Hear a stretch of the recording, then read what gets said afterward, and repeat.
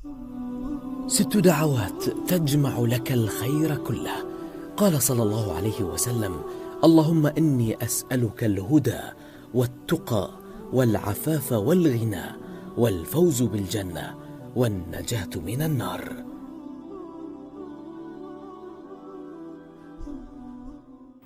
اللهم امين يا رب العالمين. اللهم تقبل منا يا رب صالح الدعاء واحسن الاعمال يا افضل يا الله يا ارحم الراحمين. اللهم صل وسلم على سيدنا محمد. النهارده بقى هنعمل غدا معشوق الجماهير عندنا هنا في البيت، السمك الماكريل. انا واولادي بنموت فيه وزوجي. اللي عايشين عندنا هنا في البلد في المحمودية هيعرفوا يعني ايه خلطة فسفور. ده اشهر محل اللي بيعمل الماكريل عندنا. بصراحة فعلا تسلم ايديهم وربنا يحسن ما بين ايديهم دايما. انا واحدة من الناس في اي عزومة عندي بجيبهم. انا هنا معايا هوت حوالي كيلو سمك ماكريل، ومعايا بقى الخلطة بتاعتي جزر وفلفل وتوم انا مفرزاه اللي هو المفروم دوت، وبصلتين وجزرتين وشوية خضرة، بقدونس، الشبت، اي حاجة عندك موجودة. ببتدي اقطعهم في الكبة بتاعتي. الطماطم بحب اسيبها قطع زي ما هي كده زي السلطة، مش بحب افرمها عشان ما تبقاش زي الصلصة. بحب اسيبها كده زي ما هي متقطعة مكعبات، عشان الخلطة ديت الناس بتاكلها مع الرز كده بتبقى كأنها زي السلطة. فبحب الطماطمية تبقى كده موجودة باينة، يعني ما تبقاش مهروسة زي الصلصة. وطبعا معاكي بهارات سمك، ملح، فلفل، توم باودر، بصل باودر، كمون، وبحطهم مع بعض في الكبة وببتدي اخلطهم كده لحد ما يبقوا ناعمين. انا بحط قرن شطة لهاليبو انا بحب الحاجة حراقة شوية. اهو انا خلطتهم مع بعض، هقلبهم كده تقليبه واديهم ضربة كمان وخلاص على كده شكرا. تمام كده. انا هحط بقى الطماطم وهبتدي اعصر الليمونة، اطلع بس البذر اللي في قلبها. الليمون ما شاء الله اليومين دول جميل وفيه مية كتيرة، وسعره بدأ ينزل بقى كيلو ونص. يعني ربنا يسهل الحال والأسعار كلها تنزل.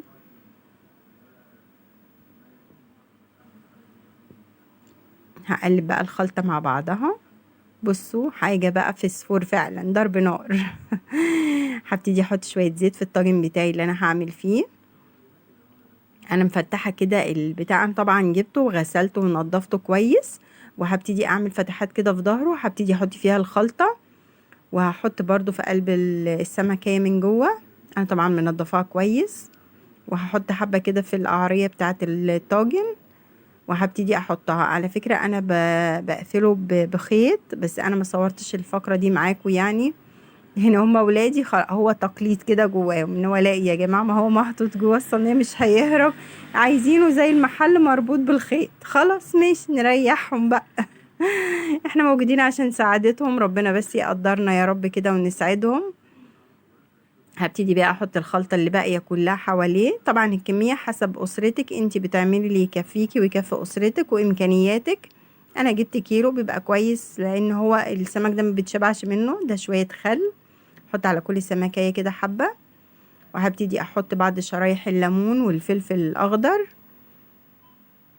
على الوش كده من فوق. سهل وبسيط خالص وما بتاخدش اي وقت معاكي. وهحط شوية زيت برضو وهحطه في الفرن يستوي. بصوا عظمة.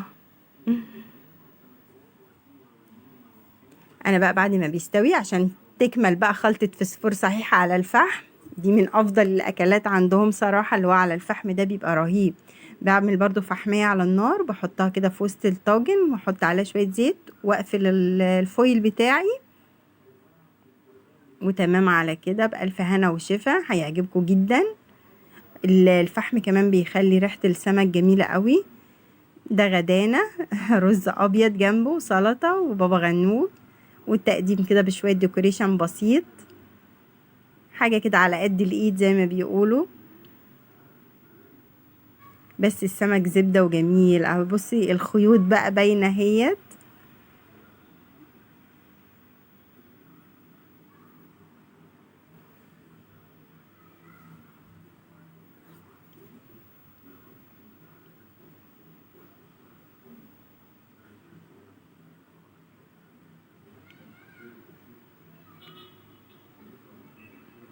مش عارفة افتحه لان انا ماسكة الكاميرا بايد وبفتح بالايد التانية. بس هو والله بصوا لحمه جميل جدا وطعمه بقى ولا اروع. يعني بصي بصراحة جربي بس الخلطة دي، زي ما بقولك الجزر مع الفلفل مع البصل مع الثوم مع البهارات، تمت العملية بنجاح. ونسفنا الاكل وغسلنا بقى مواعيننا كده وظبطنا دنيتنا الحمد لله. اللهم اديمها نعمة واحفظها من الزوال يا رب. اللهم ارزقنا جميعا برزق اولادنا وارزق بيوتنا جميعا الخير والبركة. خلصنا شوية الرغاوي بتاعتنا كده وقلت ايه اظبطهم كده وادلعهم. عملت لقيت باكو جيلي عندي، قلت اما اعمله كده يرطب بقى بعد السمك. اكلة السمك انتوا عارفين بتبقى حامية طبعا، لا غنى عن كوباية الشاي بالنعناع يعني. بس احنا طبعا ايه كنا مقتولين من الاكلة فملحقتش اصور لكم الشاي بالنعناع. زوجي مخنوق مني يعني.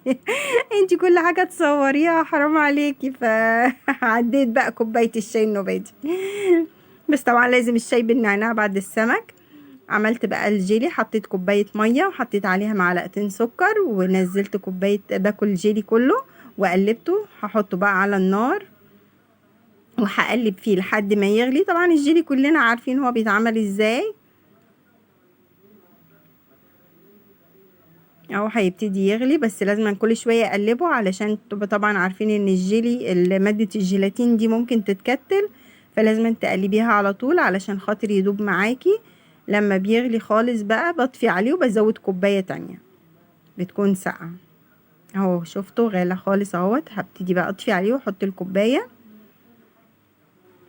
هسيبه بقى على جنب كده عقبال ما اجهز الاطباق بتاعتي. دي كانت مانجا عندي في الفريزر مفرزاها، هبتدي اقطع منها قطع كده احطها في قلب الكاسات بتاعه الجيلي. بقطعها مكعبات صغيره كده مش كبيره.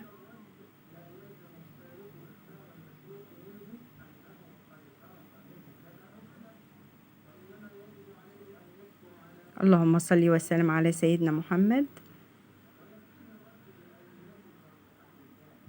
هبتدي بقى اجيب الكوبايات بتاعتي اهوت، هبتدي احط في كل واحده حبه. اللهم صل وسلم على سيدنا محمد.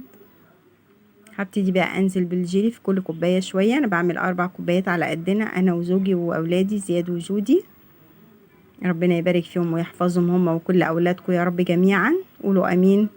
اذكروا الله في التعليقات وما تنسونيش بتعليق حلو زيكم ودعوة حلوة لك بالمثل. تمام. انا كده فضيت الكوبايات، هوديه بقى الفريزر يتجمد شوية عبال ما يمسك مع بعضه كده. هبتدي اعمل له شوية ديكوريشن دلع كده. ده كريم شانتيه انا جايباه اللي هو بالوزن، بس انا اول مره اجيب اللي هو المحلى اللي هو فيه سكر دوت. بس بصراحه لا، عن تجربه التاني اللي كنت جايباه في رمضان اللي هو كان خام خالص من غير سكر افضل بكتير من ده. انا اول مره اجرب ده، لما رحت اجيب ما لقيتش عند الراجل غير ده، فقلت اجربه هيوفر سكر بقى بما ان السكر دلوقتي عامل ازمه للناس كلها. بس لا حقيقي التاني منه المعلقتين منه يعني انا رجعت زودت تاني اهوت لاني لقيته خفيف مش راضي يمسك. والمادة المطاطية اللي فيه ديت لا لزجة قوي، مش زي التاني. لا التاني صراحة افضل بكتير. يعني نصيحة اما تجيبي هاتي اللي هو اللي من غير سكر. هنا بدأ الجيلي يمسك معايا اهوت. هبتدي بقى ايه يعني حاجة بسيطة كده من الكريم شانتيه على الوش. طبعا دي كل دي حاجات حسب الرغبة وحسب ما انتي في بيتك بيحبوا ايه وما بيحبوش ايه انتي بتعمليه. انا بحب اعمل كده حاجة. انت عارفين ان الاطفال في السن الصغير ده كل ما تعملي لها الحاجه كل ما تزوقيها وتديها مثلا حاجات على الوش كلام من ده زي الاعلانات بقى اللي بيشوفوها فبينبسطوا وياكلوا الحاجه. غير كده ما تلاقيهم لا مش عايزين ملناش نفس، خصوصا ولادي انا مش عارفه هم يدعوا لهم ربنا يصلح حالهم. ودي شويه مانجا كانوا فاضلين من اللي انا كنت حطاهم جوه الطبق. عملتهم بشويه سكر وقلبتهم كده وقلت احطهم على الوش برضو. احنا بنحايل فيهم بأي طريقة علشان ياكلوا. الجيلي طبعا مفيد للأطفال على فكرة، مادة الجيلاتين دي مفيدة وللكبار علشان خاطر بتبقى المادة الجيلاتينية دي مفيدة للعظام وللركب. فعلى قد ما تقدري حاولي لو عندك أطفال أو عندك كبار في السن اديهم الجيلي. حاجة بسيطة كده. دلوقتي بقى هم قعدوا كل اللي وراه واجب بقى قعد يعمله، وخدوا لكل واحد طبق كده يروق على نفسه بعد السمك. ربنا يهديهم. هما طبعا بيحلوا الواجب مش بيذاكروا، لا، مع ان الامتحانات الشهر قربت، بس لا ما عندهمش. هما يا ماما لسه، يا ماما تيجي الامتحانات، فربنا يهديهم يا رب. انا عارفه ان كل الولاد كده، كويس ان هما بيعملوا الواجب يعني. ربنا يهديهم يا رب. مش عارفه، مش زي ايامنا، ربنا يصلح حالهم كده يا رب. بألف هنا وشفا وكل سنه. لا تنسوا الإعجاب بالفيديو والاشتراك في القناة.